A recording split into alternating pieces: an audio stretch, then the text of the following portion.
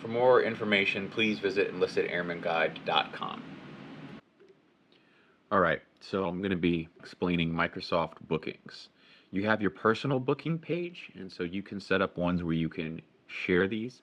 And basically, the way this works for a private booking page, only you have rights. Public makes it appear people can actually search for you, and then private, only you can view this link, and if you share it, so no one can find me. And this one is just like a private link.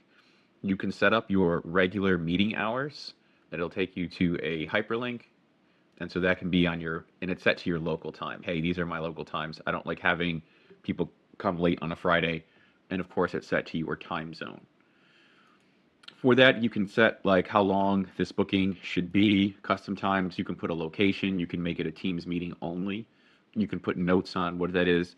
You can put different categories, and those will automatically appear on your Outlook calendar when people book with you. Some of the advanced options, you can actually put a buffer time. So, for example, 5 minutes beforehand, it won't let you book, or after. You can limit the interval times, minimum lead time. Basically, this is really important. You can make it so that no one can book with that link within a day. So if you're trying to, if it's today's Wednesday and you want to see me in the Wednesday afternoon, it won't let you. So you can obviously set the lead time, and then maximum lead time. You can't book with me a year out. That's too far away, but you can set that to whatever you want.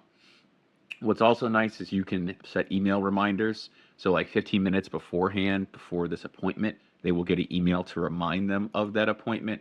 And then you can also have a follow-up. And that can be a link to like, thank you for our meeting or whatever. Or it can be like a survey, how was our service today? And then boom, they'll get that right there. And of course you can name that booking. And then you can click the share link and then share that booking with other people. And you can also make it valid for only one booking so they can't just keep rebooking you if that's something that you want.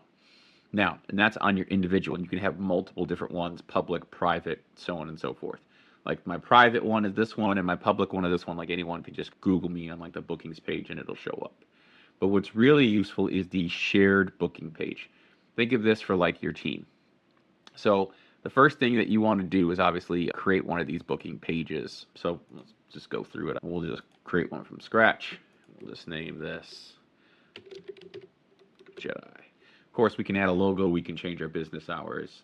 We can choose like a business type or whatever. But so we'll just pick that. And then we're going to select people from my organization. And so right now I'm just going to add Sergeant Stone. You can pick their level. So basically each one of these has different rights. So we'll make him right now just a viewer for now as we go through this. People in my organization. So this basically means they have to be part of your organization, which means they have to be logged into their CAT card, part of the Air Force. And then also you can also do anyone.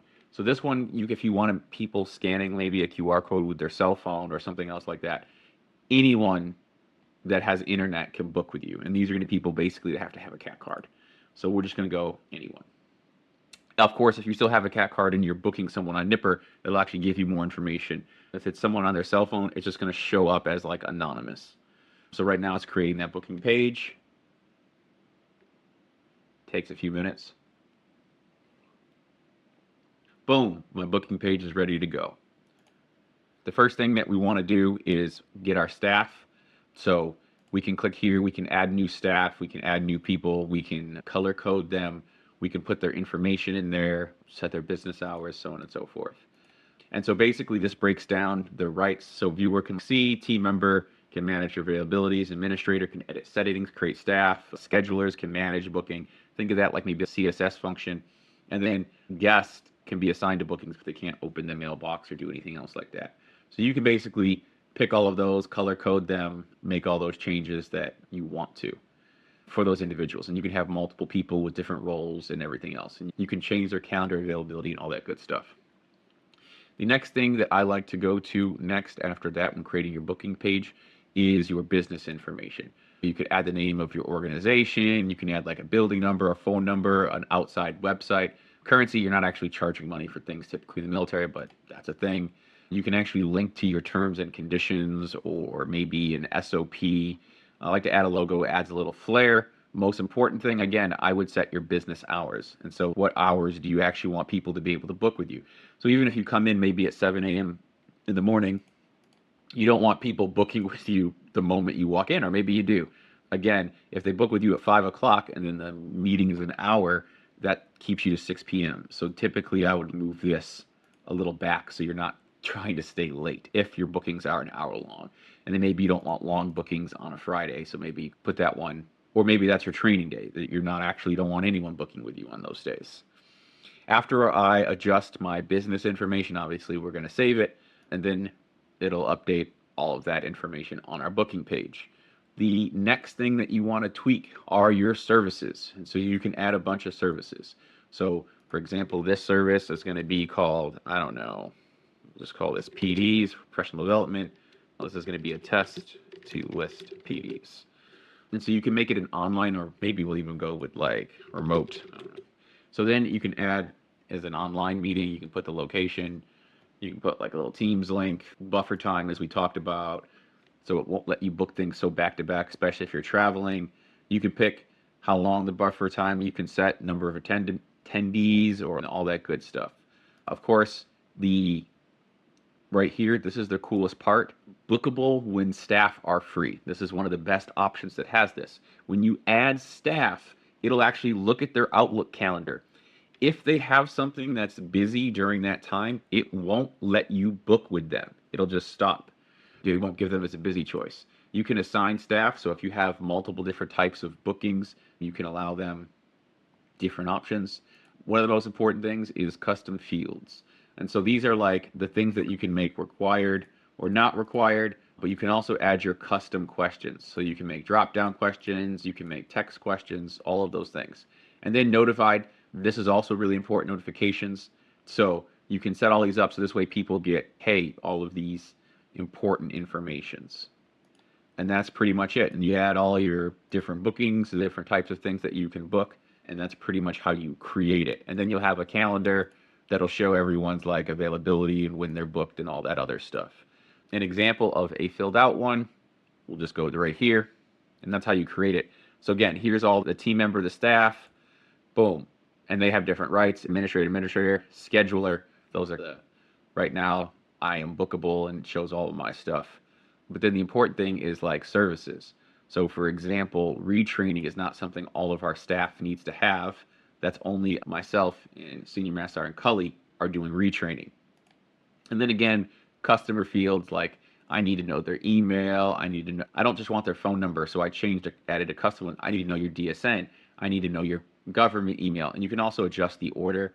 These aren't selected because these are for like you can have different questions for different services. And so those are the ones that I used for this booking. And then again, same thing with notifications, and the whole team gets notified when someone's booked, and it won't let us book a couple hours out. This one is a little more complicated because we have a lot of PDs. This is the really nice part about this one. So in terms of custom fields, these are all of the professional development courses that Tech Sergeant Stone offers. These are all the professional developments that Master Sergeant Miles offers. And here's all of the professional developments that Senior Cully offers. And the reason why that's super useful, and I'll actually pull it up right here. I don't think we have anything scheduled anytime soon. Looks like this. So we're going to share. Oh, this is what you can put in your email. You can copy the link. You can put it in your signature block. You can do all that good stuff with it. Just going to paste that into the hyperbar. And this is, again, what your users will see. And, of course, you can always convert it to a QR code and that kind of good stuff as well. Boom. So they're going to select a service, professional development, mentorship, retraining. And so, for example, maybe they want some professional development. They can then select their staff. And what's really interesting about that is it shows the different times that we've set for our team. And so let's go, let me find. For example, on the 2nd, I'm actually booked all day. Like it's not an option for me to go. Like I have no availability that day. But the other thing that's interesting too is see how there's less times available? Because it shows that Senior Cully that day already has some prior engagements on his Outlook. So the only time he is available is 10 a.m. and 1 p.m. that specific day.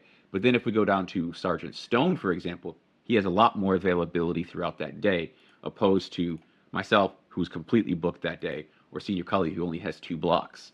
And then again, I'd enter my first and last name, my email, and then of course you got some drop downs. Where would you like the PD to be held? Did you call? Oh, this one's super important. I always make people call before they book us. Yes, I did call And then obviously I'm not booking with Stone. I'm not going to be booking with myself. I'm busy all day. And the thing that I need from Senior Cully is going to be, let's say I want 88 days to any goal, any notes for the team. You are great. Thank you. And then of course I put my DSN number, and then government email in there. And then I click book, and then the entire team will get notified that he booked. And the cool part is it will add it only to Senior Cully's calendar, but the team gets notified that someone booked with us. And again, we have that in bold here. Please call before booking. Lessons learned. It's pretty much everywhere because it's good to touch base with someone. Just because someone doesn't have some, maybe he doesn't have it on his Outlook calendar, but he knows he has a meeting with the staff or something.